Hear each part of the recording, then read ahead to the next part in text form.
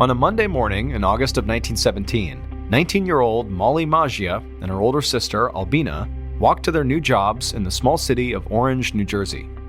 Molly and Albina didn't really look like sisters. Molly was tall and had smooth brown hair, while Albina was an entire foot shorter and kept her own brown curls covered with a hat. But that morning, they had something in common. They were both so excited for work that they were practically bouncing along the sidewalk. A few weeks earlier, Molly and her sister had seen an advertisement for jobs at a local studio, where employees helped create one of the most fashionable items of the era: watches that glowed in the dark. This particular advertisement was looking for women who could hand paint the tiny glow-in-the-dark numbers and hands on the watch faces. And this was really exciting for Molly and Albina, because there weren't many job opportunities out there for women. At the time, women typically got stuck working in dangerous factories for extremely low wages. But this job was different. It seemed interesting and artistic, and it paid really well. Plus, it sounded glamorous, because they wouldn't have to work in a dirty factory. Instead, they'd work in a clean, well-maintained studio. Molly knew that lots of women wanted these positions, but she and her sister applied anyway, and amazingly, they both got hired. Molly was ecstatic. Not only had she landed this amazing job, but she got to go to work every day with her big sister. She'd been looking forward to their first day at work ever since. Molly turned a corner and saw the studio building. The sisters walked up and knocked on the door, and a few seconds later, a middle-aged woman wearing a plaid dress answered. She introduced herself as the studio's forewoman and led them inside. And when Molly walked into this building, she was amazed by what she saw. Dozens of these women were sitting in rows, paintbrushes in hand, dipping them into this glowing powder and then applying them to the watch face over and over and over again. They were working so quickly, it was like their hands were this glowing blur. The more Molly watched, the more excited she was to be one of these women. However, just then, the forewoman told Molly and her sister that they wouldn't actually be painting that day. Before they ever touched a brush, they had to learn what a well-painted watch looked like. The forewoman led Molly and her sister past the sparkling painters and into a totally different room. There, Molly saw a handful of young women inspecting watch faces that had already been painted. Now, Molly was not very excited about doing quality control, but she knew this was a necessary step towards becoming a full-time watch painter. The forewoman introduced Molly and her sister to the inspector who'd be training them. Her name was Catherine Schaub. The forewoman explained that Catherine was just 15 years old and had only been working at the studio for about 6 months. However, in that time, she'd worked her way up from being an apprentice to a painter and now an instructor. The forewoman told Molly and her sister that they too could be like Catherine if they worked hard enough. Then she left and headed back out to the main studio. After she was gone, Catherine began showing Molly and Albina the ropes. Molly watched as Catherine spread a few circular paper watch faces out on the table. Catherine explained that each watch face was pre-printed, so the paper was black and the numbers were white. Painters would then go over the white numbers with the glow-in-the-dark paint. But it was really important that none of the paint went outside the lines. Otherwise, the whole thing would have to be thrown out. And so for the next several days, Molly and her sister inspected watch faces, and Catherine would then check their work. Once they'd both gotten the hang of spotting imperfections, Catherine told them it was time to learn how to paint. This was what Molly had been waiting for. She was so excited.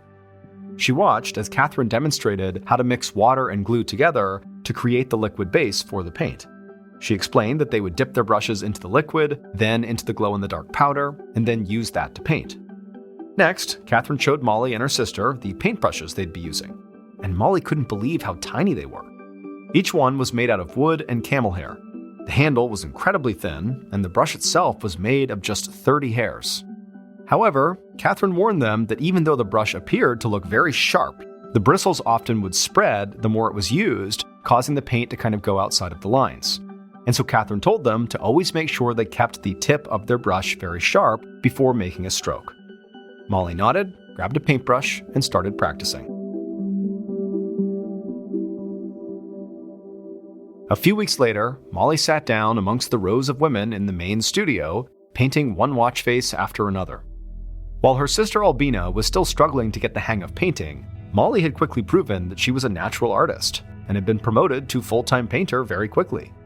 She would get paid for every watch face that she completed without error, so she made sure to work really fast. Molly was so good at her job that she could actually paint and socialize at the same time without slowing down at all. So, as she painted that day, she also gossiped and cracked jokes with the young woman who sat across from her, whose name was Ella Eckert. Molly had actually been kind of intimidated by her when they first met, but now they were like best friends. And so as Molly slid a finished watch face to the side and grabbed a new one, Ella leaned across the table and said she wanted to show her something. Molly watched as Ella dipped her paintbrush into the glow-in-the-dark powder, but then instead of painting a watch, she began painting her own fingernails. Ella painted each nail on her right hand, and then held up her hand and wiggled her fingers to show Molly. Even in the brightly lit studio, Ella's fingernails glowed beautifully. It was like the most amazing, expensive-looking nail polish Molly had ever seen. So Molly started painting her nails too, and the next thing she knew, other women in the studio were doing the same thing.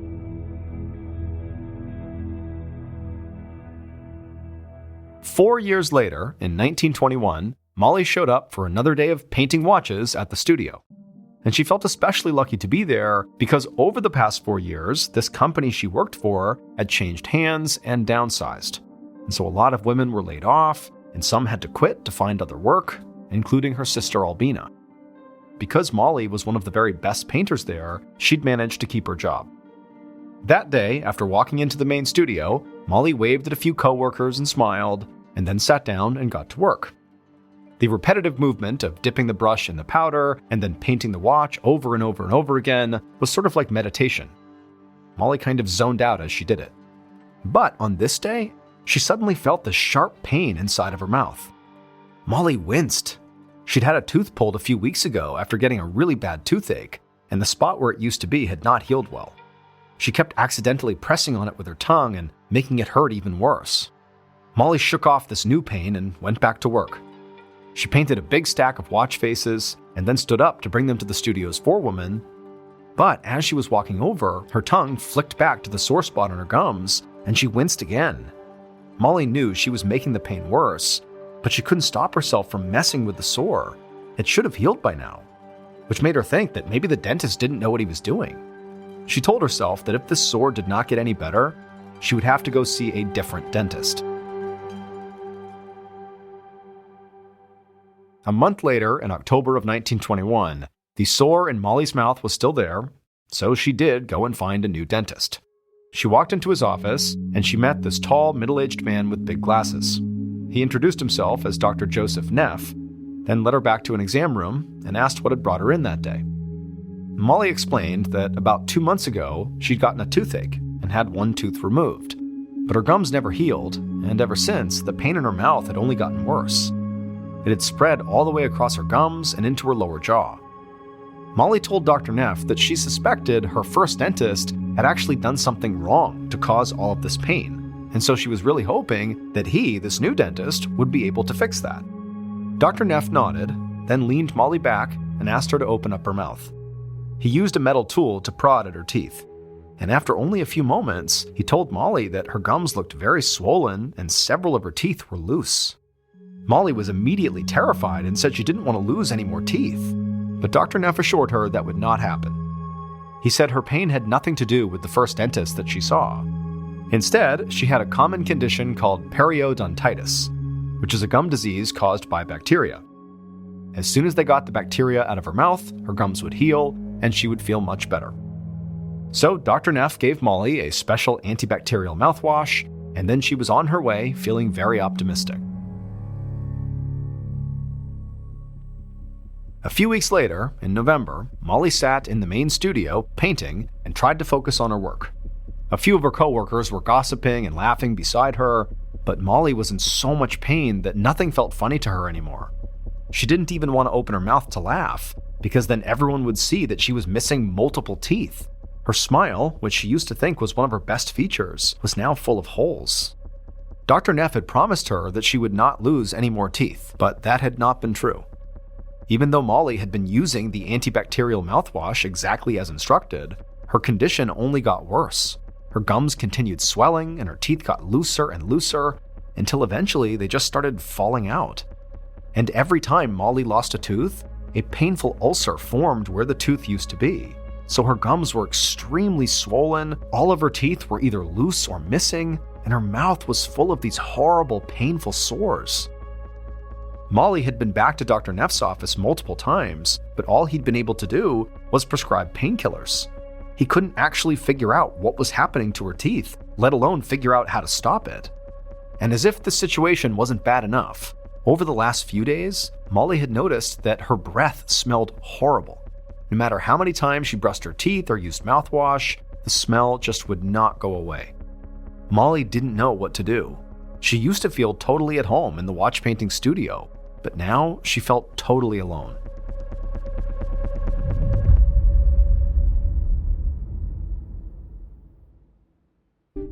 The next day, Dr. Neff was at his dental office when he heard the front door open. He looked over and saw Molly, and she looked like she'd been crying. She told him that she was in so much pain that she'd had to quit her job. She really just needed to know what was going on with her. Dr. Neff quickly ushered her back to an exam room, leaned her back in a chair, and took a look at her few remaining teeth. And almost immediately, he noticed the awful smell coming out of Molly's mouth. As a dental professional, Dr. Neff actually recognized this scent. It was not typical bad breath. It was the smell of Molly's teeth rotting inside of her mouth. By this point, Dr. Neff knew his original diagnosis of a bacterial infection just had to be wrong. He thought over all of Molly's symptoms: swollen gums, painful ulcers that wouldn't heal, and now rotting teeth. And at first, he just couldn't make sense of them all. But then, Dr. Neff had an idea. To him, Molly's symptoms seemed very similar to a condition dentists sometimes called phossy jaw, which caused swelling, sores, toothaches, and the gradual death of the teeth and jawbones. Phossy was short for phosphorus, and the condition was caused by phosphorus poisoning. It was most common amongst people who worked in factories that manufactured products using phosphorus, like matches. So Dr. Neff asked Molly what she did for work. She explained to him that she used to be a watch painter before she'd had to quit. Dr. Neff asked her if the paint that they were using contained phosphorus, and Molly said she had no idea. Dr. Neff explained his theory to Molly and then told her he would go over to the watch studio himself to follow up. So after their appointment was over, he went to the studio and actually spoke to the forewoman, and she would tell the dentist there was definitely no phosphorus in the paint. Dr. Neff sighed. He was back at square one.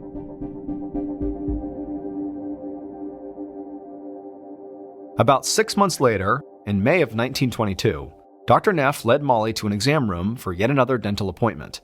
He still had not been able to determine what was wrong with her, but every time she came into his office, she looked worse than before. That day, Molly limped towards the exam chair and slowly lowered herself into the seat. She said another doctor had diagnosed her with rheumatism in her hips and feet, which basically meant that her bones and joints ached all the time. Dr. Neff looked at Molly. She was only 24 years old, but it was like her whole body was disintegrating. He didn't know what to say, but he still held on to hope that he might be able to diagnose and treat her. So he leaned Molly back in the chair and asked her to open up her mouth. But when she did, she immediately winced and pointed at her jaw. Dr. Neff used his fingers to feel around her cheek and jawbone on the outside, but despite how gentle he was being, he literally heard her jawbone crack. When he reached into her mouth, he literally picked up a chunk of her lower jaw and pulled it right out. Dr. Neff was so shocked he was just frozen for a moment, holding Molly's broken bone in his hand. She looked at him, clearly afraid, confused, and in horrible pain. But all Dr. Neff could do was give her more pain medication and tell her, "Come back if anything changes." And a week later, Molly did come back. She told Dr. Neff the pain in her jaw was absolutely unbearable, even with the pain medication. And so once again, Dr. Neff reached into her mouth to examine her, except this time, what was left of her lower jaw just disintegrated into his hands. Dr. Neff was horrified. Whatever was wrong with Molly, he didn't know if it was something he could even fix, and so he arranged to have her sent straight to the hospital. A month later, in June, Dr. Neff was back at his office doing what he did a lot these days, thinking about Molly. He knew hospital doctors had done their best to fix and stitch up her face, but Molly was now left so disfigured because of her jaw disintegrating that she rarely left her apartment anymore, because people would just stare and point at her. On top of that, Dr. Neff knew that Molly was still in constant, debilitating pain, no matter what pain meds she was on. Dr. Neff knew he couldn't give Molly her job back, but he kept thinking that if he could just come up with a diagnosis, he might at least be able to lessen her pain. So he thought about her symptoms, her job, her lifestyle as a young, unmarried woman who lived alone. And suddenly he had an idea. What if Molly had syphilis? Syphilis is a sexually transmitted infection that can cause painful ulcers and body aches. But Dr. Neff thought maybe it could cause other symptoms, like bone decay. He wanted to test Molly for syphilis, but in the 1920s, there was a huge stigma around syphilis in the United States. People who contracted the infection, especially unmarried women, were seen as dirty and immoral. The stigma was so severe that Dr. Neff didn't even want to bring up the possibility to Molly that she might have syphilis in fear of offending her. So he decided he would do the test secretly. The next time Molly visited his office, he told her he wanted to take a blood sample to test, but he didn't say why. And Molly, who was just so desperate to figure out what was going on with her, said that was fine. And so after she left and Dr. Neff had the blood sample, he tested it for syphilis. And sure enough, her blood came back positive for the infection. Finally, he had an answer for all of Molly's symptoms. However, it wasn't as simple as calling her back to the office and giving her medication, because at the time, there were no effective treatments for syphilis. Dr. Neff couldn't do anything to help her, and he figured if Molly knew she had syphilis, which was so stigmatized, she'd be overcome with shame. So Dr. Neff decided not to tell her or her family at all.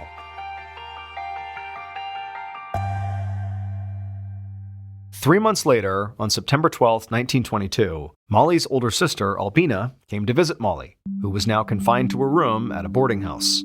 Albina tried to put on a brave face, but as soon as she walked inside, she was overcome with emotion, because her little sister barely even looked like a person anymore. She basically looked like a living skeleton. Molly had lost all of her teeth and her lower jaw, she could barely eat, and her body was basically wasting away. Her bones looked like they were trying to rip their way out of her skin. Albina looked into her little sister's eyes, and she could see that Molly was suffering. It was like she was trapped inside of this body that was just failing her, and nobody knew why, so nobody could help her. Albina sat down next to Molly and held her hand. She stared down at her sister's skinny fingers while she told Molly what was going on with their parents and their other sisters, and how much everybody loved her and missed her. And then, Albina heard a gurgling sound. She looked up and saw blood pouring from what was left of Molly's mouth.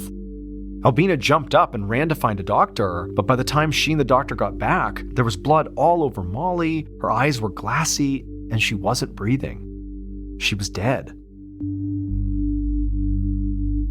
Albina just stood there, frozen in shock. Later, Molly's parents and other sisters joined Albina at the boarding house, where Dr. Neff would finally inform them that Molly had died of syphilis.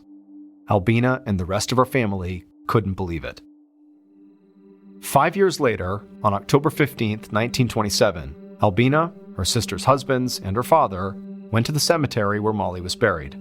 And Albina's stomach twisted with nerves, because they were not going there just to visit her little sister's grave. As they neared the cemetery, Albina saw a well-dressed group of men gathered by the entrance. She knew they were all doctors and lawyers who were there to witness the same thing that she and her family were. Albina, her relatives, and this big group of men walked through the cemetery gates past dozens of gravestones until they reached the spot where Molly was buried. And then, the men began to dig Molly up. Albina was terrified of what her sister's body might look like, but she knew exhuming Molly was necessary. Because in the years since Molly's death, dozens of women who worked at that watch painting studio had gotten sick with the exact same symptoms that Molly had.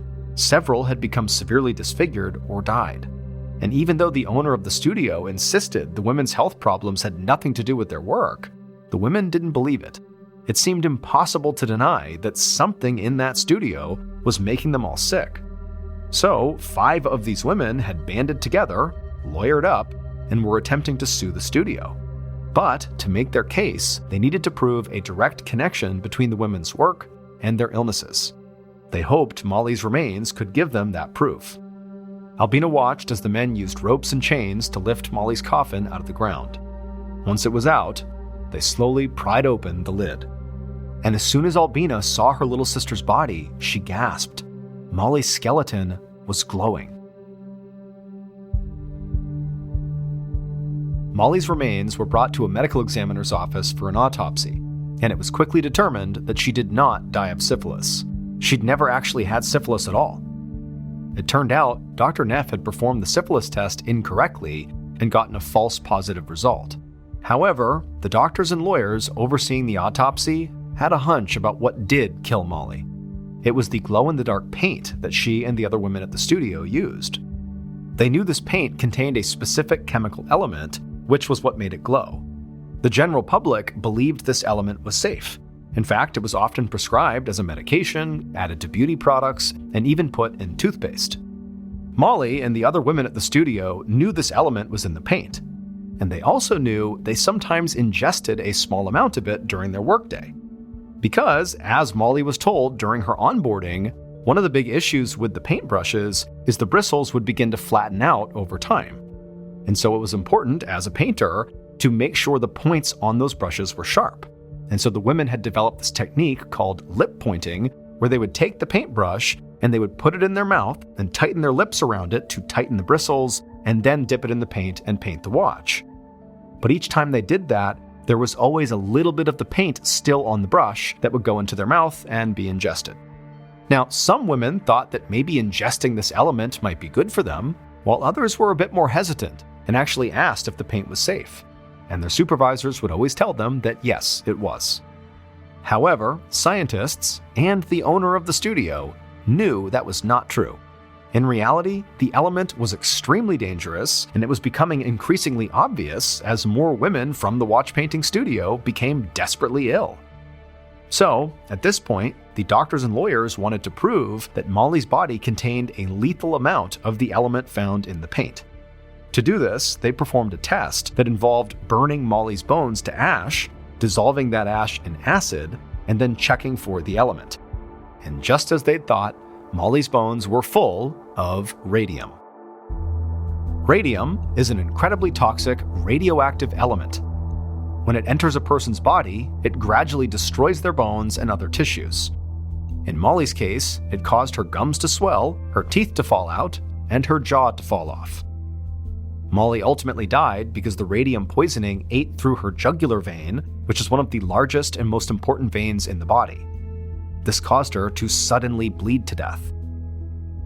After it was proven that radium was killing the watch painters, the 5 women who filed the lawsuit all received settlement payments from their employer, the U.S. Radium Corporation. These included a lump sum plus an annual payment. However, these women did not really get to enjoy this settlement because eventually they all died of radium poisoning. Meanwhile, other similar studios continued operating in the United States. At least 50 women died as a direct result of radium exposure in these studios, including Catherine, the 15-year-old girl who had initially trained Molly and her sister, and Ella, Molly's friend who sat near her at the workbench, who showed her how she painted her nails with the radium. Eventually, another court case was filed, which led to better protections for people who worked with radioactive elements. However, by that point, it was already far too late for Molly and the other women who were unknowingly poisoned by their jobs, and who, to this day, still glow inside of their graves.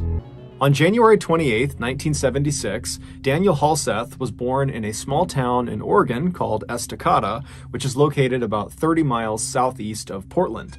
Daniel's family owned a farm, and so from a young age, Daniel became accustomed to getting up super early and helping out with daily chores. This childhood experience on the farm instilled in Daniel a strong work ethic, and it also taught Daniel to really appreciate family, because the family he had grown up in spent all their time together, and they all struggled and worked together every day to make ends meet. In high school, Daniel really began to blossom. He had this wonderful energy and huge radiant smile that drew people to him, and he was just one of those people that was just naturally gifted at everything he did, and it seemed totally effortless. During his high school years, he picked up playing the piano as well as the drums, and his classmates affectionately nicknamed him Drummer Dan. Daniel was also amazing with anything to do with computers or technology, And Daniel was just very handsome and very athletic and fit. And so he was really the guy that everybody wanted to be. But despite having all of these things going for him, Daniel was dealt a major blow in 1994 when he was in his junior year of high school. That year, his father, who he was quite close with, died unexpectedly from a brain aneurysm. This was a crushing blow for a young man that still very much leaned on his father for guidance and support. But Daniel, like the rest of his family, found a way to just keep on going despite this immense heartbreak. In 1995, so a year after his father's death, Daniel would graduate high school and he would head to Salem, Oregon, where he would go to school and earn his bachelor's degree in music, and then he would stick around in Salem at another university and he would earn his master's in business. And it was during those years that he was in Salem that Daniel would meet a young woman named Elizabeth Schwarak, who had grown up in Salem. She, like Daniel, was incredibly hardworking and was just naturally good at everything she tried. She was also a model, and so when she and Daniel began dating, they genuinely looked like this beautiful Hollywood couple. In 2001, which was shortly after Daniel had earned his master's degree, he and Elizabeth got married. 5 years later, the couple, who now were the proud parents of 3 young children, 2 girls and a boy, they moved to Las Vegas because Daniel had found work there. Daniel had founded this computer IT company because he was so skilled with computers, and it was really starting to thrive, and many of his clients were in or around Las Vegas. But just a few years after getting settled in Las Vegas, it would be Elizabeth's career ambitions that would take center stage in the family. Elizabeth had always wanted to get into politics, and in 2010, she decided she would run for a state Senate seat in Nevada. But in order to do that, she would need to campaign really aggressively, which would mean she'd be gone a lot of the time. And so Daniel, who was working full-time with this computer company, he would need to keep doing that because that paid the bills, but he would also have to become the primary parent for their 3 children. And so when she approached Daniel and said, I really want to do this, but it requires a lot out of you. Are you willing to do this? Daniel was completely supportive and actually really excited at the idea. He had no problems whatsoever. And so very soon, Elizabeth would be out on the road campaigning and trying to win the state Senate seat, and Daniel would be home goofing around with the kids and taking them hiking and going to playgrounds and parks. And then after he would put the kids to bed at night, he would stay up super late and run his computer business out of their dining room. And all this additional hard work and sacrifice that Daniel was making for his wife paid off when later that year, on November 2nd, Elizabeth, who had run this incredible campaign that was built on family values and wholesomeness and morality, she would win the state Senate seat, which shocked the state of Nevada. And even more impressive, she would become the youngest woman to ever be elected to Nevada legislature at just 27 years old. So it was clear to everyone in Nevada and also outside of Nevada that Elizabeth was destined for greatness. She was going to be the next big political superstar. And anyone who was close to the Halseth family knew Daniel was her #1 cheerleader. He was so proud of her. But soon, the Halseth's perfect life would come crumbling down. It was not long after Elizabeth had won her election that Daniel began to notice she was becoming suspiciously close with another man named Tiger Helgelian, who was a former golf pro and fellow rising political star. After noticing his wife constantly texting with Tiger, Daniel would actually reach out to Tiger directly and beg him to stop messaging his wife and to just leave his family alone. But the texting and the calling and the interactions between those two would not stop. And then finally, in October of 2011, so less than a year into Elizabeth's first term as a state senator, Daniel would find out that his wife and Tiger had been away together alone on this long extended work trip. And so Daniel realized that almost certainly his wife was having an affair. And so when his wife came home from this trip and she was unpacking in their bedroom, Daniel walked into the room and he accused her of being unfaithful. And the argument that ensued got very heated, but it did not become physically violent. Basically, Daniel just screamed and yelled at Elizabeth, swearing at her and kind of losing his temper completely. But at some point, Elizabeth just said, "Daniel, stop." And Daniel would actually stop. And in fact, both Elizabeth and Daniel, when they were called this night, would say as soon as she said stop, Daniel stopped yelling and he left the room. Over the next couple of days, Daniel and Elizabeth would go to therapy sessions at their church, indicating that they both were making a concerted effort to try to salvage their marriage. But on October 21st, 5 days after this big blow-up fight about the affair, Elizabeth would go to police and she would claim Daniel had touched her inappropriately during the fight they had over the affair.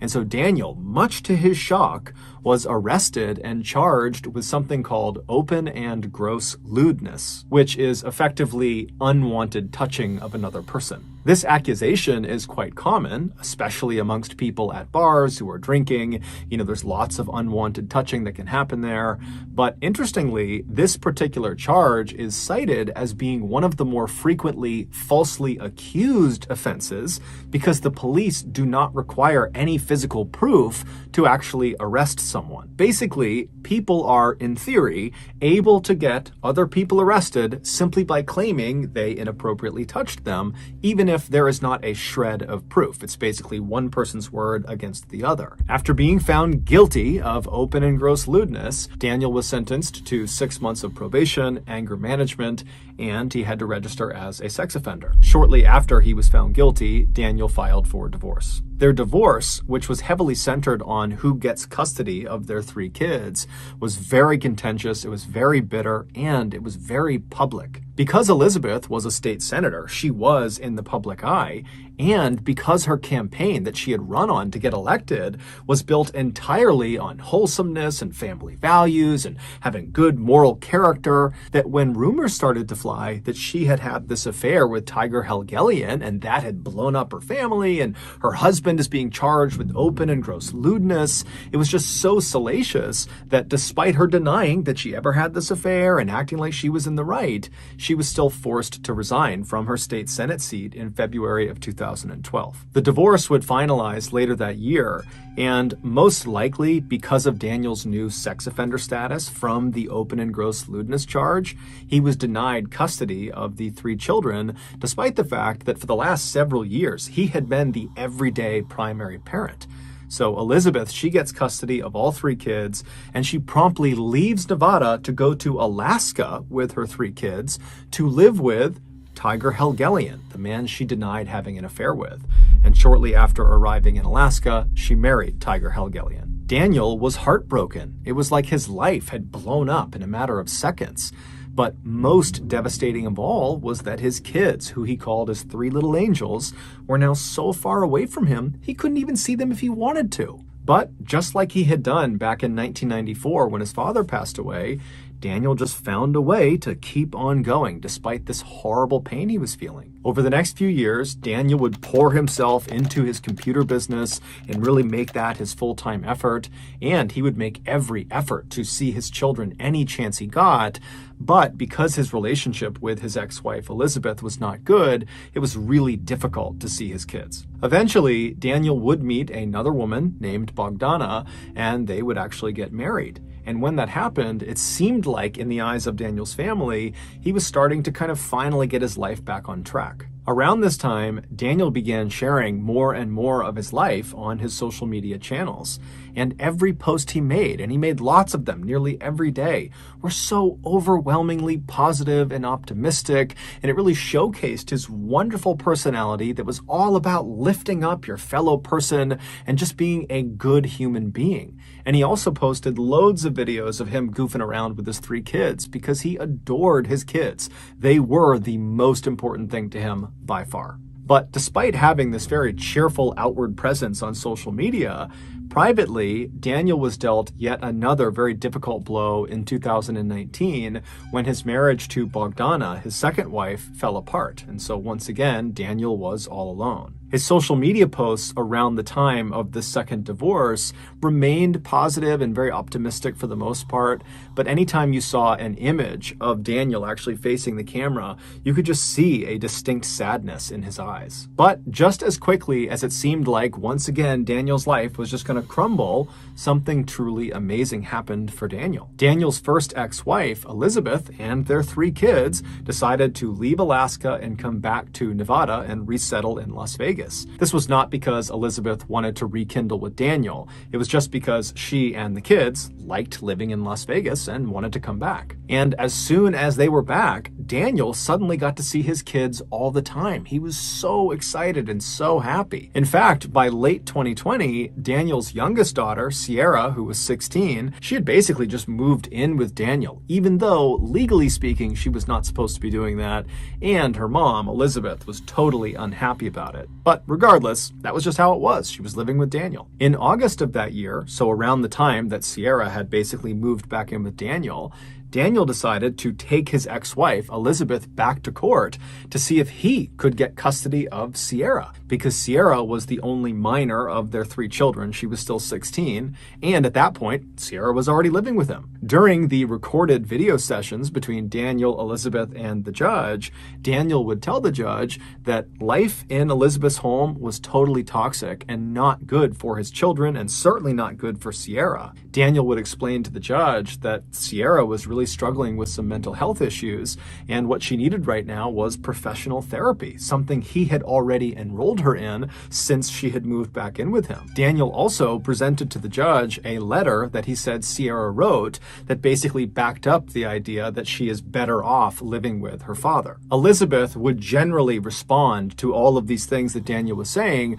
by saying Daniel was a liar and that he was not fit to be a parent, and that letter that he claims Sierra wrote doesn't sound like her, insinuating that, the letter was forged. The judge, who at regular intervals would get very frustrated with both Daniel and Elizabeth, finally would just say, look, you got all sorts of issues between the 2 of you, and it's creating a horrible environment for your kids. And if you don't find a way to come to some sort of compromise, the people that are going to suffer are your kids, specifically Sierra. Finally, in early 2021, when Daniel and Elizabeth still had not come to terms, the judge just ordered that Daniel return Sierra to her mother's residence because, legally speaking, Sierra was supposed to be in her mother's care. And so begrudgingly, Daniel would take Sierra and he would bring her back to her mother's house and he would say, okay, go see your mother, and then he would drive off. But later that night, Sierra would sneak out of her mother's house and just run back to be with her dad. Needless to say, Daniel was not unhappy about that turn of events. The custody battle over Sierra continued to rage for the next several months, with Sierra opting to still remain at her father's place despite the court order, despite her mother pleading with her to come home. And then in April of 2021, something very odd happened. On the morning of April 8th, several $100s was withdrawn from Daniel's bank account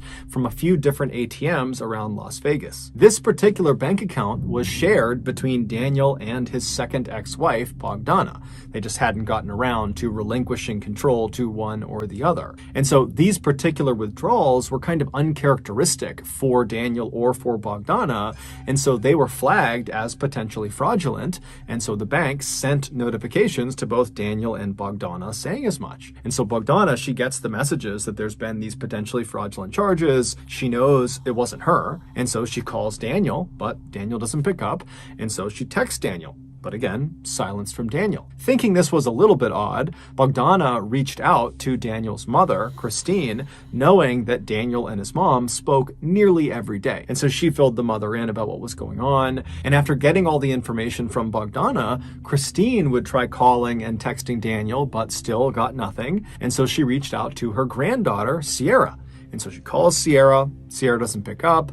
She texts Sierra asking to speak to Daniel, and Sierra doesn't get back right away, but eventually she responds to Christine, and the response just said, his phone has been acting up, but he's okay. It should be fixed by tomorrow night. No worries. Now, Christine was relieved to read that her son and her granddaughter were just fine, but at the same time, there was just something odd about the fact that she could not get in touch with her son, and that Sierra was kind of acting a little bit cagey, not answering her phone, which was unlike her, and then sending a message that didn't quite sound like her.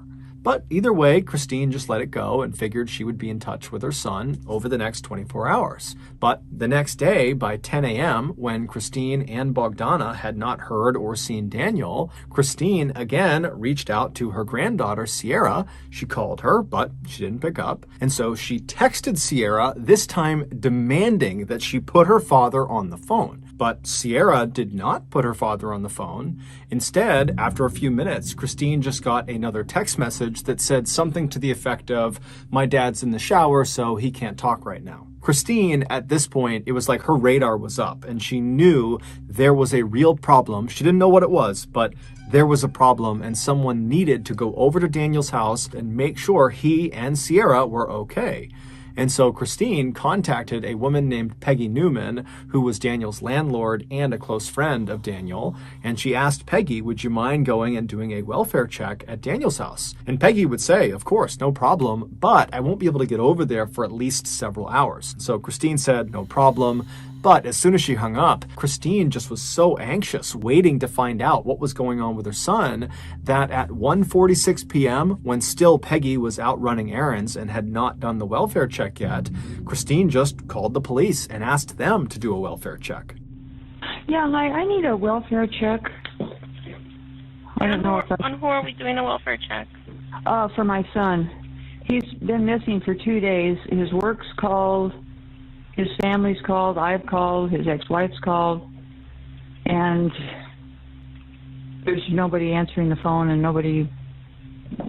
there's nothing. Nobody can get a hold of him, and then his work called and they can't get a hold of him, and it's really, he just doesn't act like this. But as it would happen, just a few minutes after Christine placed that 911 call, Peggy Newman and a friend of hers actually arrived at Daniel's residence ahead of the police. And so when they got there, they hopped out of their car, they walked up to the front door, and as they're knocking on the front door, they look over into the driveway and they see Daniel's car, which was a blue Nissan Altima, is not there. And so they're knocking, they're seeing the car's not there, it's totally silent in the house. And so Peggy, she reaches down and she tries the doorknob and she finds it's unlocked. And so she twists the knob, she opens the door, and she and her friend step inside. Just minutes later, Peggy and her friend would come running out of the house, and Peggy would call 911 because the police weren't there yet, and she would frantically try to describe to the dispatcher what she had just seen.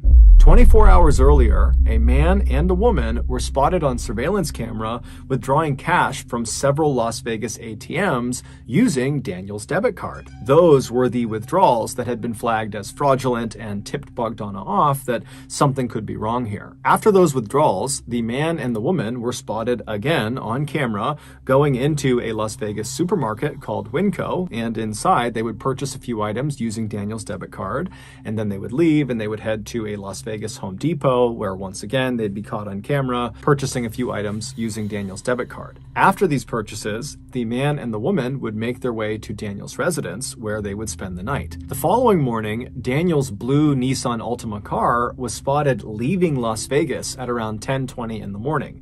That was about 3.5 hours before Peggy Newman and her friend went into Daniel's residence and then quickly turned around and ran out and called 911. When police finally did arrive at Daniel's residence on April 9th, and they pulled up and they saw Peggy Newman and her friend totally ashen-faced and pacing on the sidewalk, the police would get out, they would talk to those two, they would go inside of Daniel's residence, and they would see the horrible thing that Peggy and her friend had also seen. But the police could not make sense of what they were seeing. It really just did not add up. Then, 4 days later, on April 13th, police in Salt Lake City, Utah, just happened to find the man and the woman that were seen on camera on April 8th using Daniel's debit card and going to the Winco and the Home Depot. The police, they just happened to find these people on a bus in Salt Lake City. And after going through the man and the woman's belongings, including their phones, the police would discover a video that these two had taken of themselves in the last couple of days that explained what was inside of Daniel's house. Welcome back to our YouTube channel. After Day 3 after murdering somebody. Whoa! Don't put that on the camera. It was worth it. The young man and the young woman you just saw joking on camera about murdering someone were 18-year-old Aaron Guerrero and his girlfriend, 16-year-old Sierra Halseth, Daniel's youngest daughter. Allegedly, on the morning of April 8th, after Aaron and Sierra had pulled all that money out of all those different ATMs, they had gone to the Winco and purchased disposable gloves and bleach and drop cloths, and they had gone to the Home Depot and purchased a circular saw and saw blades and lighter fluid. And then they headed for Daniel's house. It's not been made public what actually occurred inside of Daniel's residence, but we can make a few assumptions. Daniel adored his children. There was no act there. He truly loved his children. And so it would never cross his mind that one of his children or one of their significant others would ever want to hurt him. And so when Sierra and Aaron went inside of Daniel's house, it would have been extremely easy to sneak up on Daniel or just kind of catch him off guard because he's not looking to put up a fight. He thinks he's around people that love him and respect him because he loves and respects them. But however the young couple did it, they would inflict up to 70 stab wounds in Daniel's body, most of which were in the back of his head. And then at some point during this vicious attack, they stuffed Daniel into a sleeping bag, and right in the middle of the living room of his house, they doused him in lighter fluid and lit him on fire. It's unclear what exactly killed Daniel or for how long he was actually conscious and aware of what was happening before he died, but it's very possible that Daniel had at least a small moment in time where he recognized his beloved little angel, Sierra, was actively trying to kill him. After Daniel was either dead or incapacitated, the young couple tossed their pocket knives into the sink, and then they retrieved their circular saw as well as a chainsaw and began attempting to dismember Daniel's body. But they were unable to do it, and so they just kind of set the saws down in the middle of Daniel's home with bits of Daniel stuck on the grooves of the saw. At that point, Aaron and Sierra attempted to destroy evidence inside of the house by scrubbing everything down with bleach, but it was totally ineffective. And so at that point, the couple decided they would just burn the entire house down, and that would destroy all the evidence. And so around the time that Christine texted Sierra and demanded to speak to Daniel, and Sierra wrote back, "Oh, he's in the shower, he can't talk to you right now," that was probably around the time that Sierra and Aaron were actively trying to burn the house down. But the fire they set was just not very big and it kind of smoldered out. And so they would just kind of leave all of the evidence all over Daniel's house, and they would leave Daniel's destroyed and burned body kind of propped up against the door leading into the garage. And they would just leave the house, hop in Daniel's blue Nissan Altima, and at around 10:20 in the morning, they would leave Las Vegas. The only reason police were able to apprehend Aaron and Sierra in Salt Lake City a few days later was because the couple had made their way to Salt Lake City and hopped on a bus, and Aaron had not paid the fare. He had just snuck onto the bus. And so at some point, the transit authority had come through the bus and they were asking people to show their tickets, and Aaron didn't have one. And so when they discovered this, they asked for his name, and when they entered his name into their system, it popped up that the Las Vegas PD were actively searching for him. While only Sierra knows why she turned on the one man who would forever love her and would forever support her, what we do know is around the time that Daniel and Elizabeth had gone back to court and they were having those virtual meetings with the judge to decide who was going to have custody over Sierra, Sierra had begun dating Aaron, and she had fallen totally in love with him, and it seemed very much like Aaron had totally fallen in love with her. And somehow Daniel caught wind of the fact that Aaron and Sierra were planning to run away secretly and go move to Los Angeles. And so when Daniel heard this, he told his ex-wife Elizabeth, and then they would go and talk to Aaron's parents, and they would tell them about this plan to run away. And both sets of parents talked and decided it was in both child's best interest if they stopped seeing each other. And so starting in early 2021, the parents forbade their child from seeing each other, and that was it. But even though all the parents were involved in this decision, because Sierra was at the time living with Daniel, it seemed like she focused her rage about this decision on Daniel, because he was the one kind of enforcing the rule. And so it's believed in April of that year, Sierra decided she would just have to kill her father in order to get her boyfriend back. In Daniel's obituary, his family very conspicuously left Sierra out, saying that Daniel was survived by 2 loving children. not 3. His family has also come out and publicly stated that they hope Sierra and her boyfriend are given the harshest penalty allowable by law. Despite the existence of this confession video that Aaron and Sierra took of themselves talking about murdering Daniel, they have pled not guilty and are currently awaiting trial.